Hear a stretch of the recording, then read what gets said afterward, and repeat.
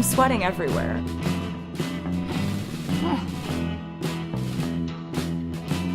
The record was skipping in my brain. Hi, Anna. It's Taylor. I have some questions for you. Things I've been dying to know. I think the internet will agree with me. Question number 1. What would be the nicest adjective that you could possibly use to compliment a person, thing, concept? What would you use if you're like, oh, that person's heavenly? Like, take heavenly and just like, what would you say? A generous spirit. On the flip side, what is the most insulting adjective you could use to describe a person, thing, concept? Disrespectful.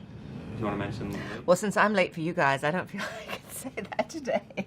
My next question is, and you have to be really honest about this, how did you really feel when I copied your hairstyle at the 2016 Grammys? Taylor, I am being very, very honest, and I would like to tell you that I was honored. Where would you rather live forever? A lighthouse or a houseboat? Definitely a lighthouse. I like to be on firm ground. What trend do you wish never existed from the last couple of years? Well, I was just recently in Paris for the couture shows, and I definitely saw far too many neon leopard print leggings, something I would definitely not want to see again. So I heard that you love musicals, which, as if I couldn't love you more. I was curious to know if you could be one character in Cats on Broadway. What character would you choose? Say Bombalurina, because that's the one I play in the movie. Taylor, you have to forgive me, but because I'm such a theatre nerd, I think I would have to choose the character played by Ian McKellen, which is Gus, the theatre cat. Sorry. If you had to adopt another dog today, someone just hands you a puppy, you're like, this puppy's great.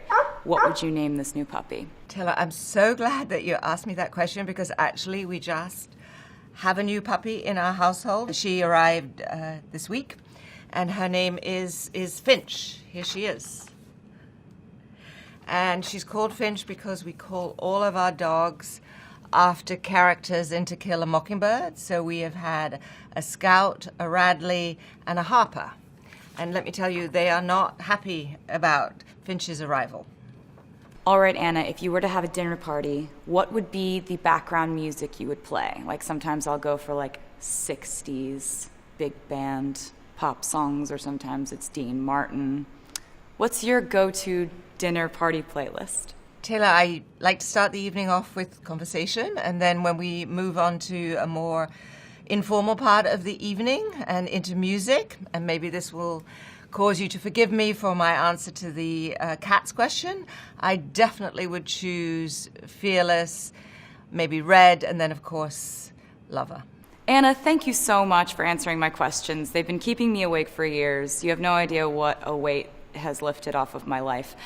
And also, thanks for the September issue cover of Vogue. Really appreciate it. Bye!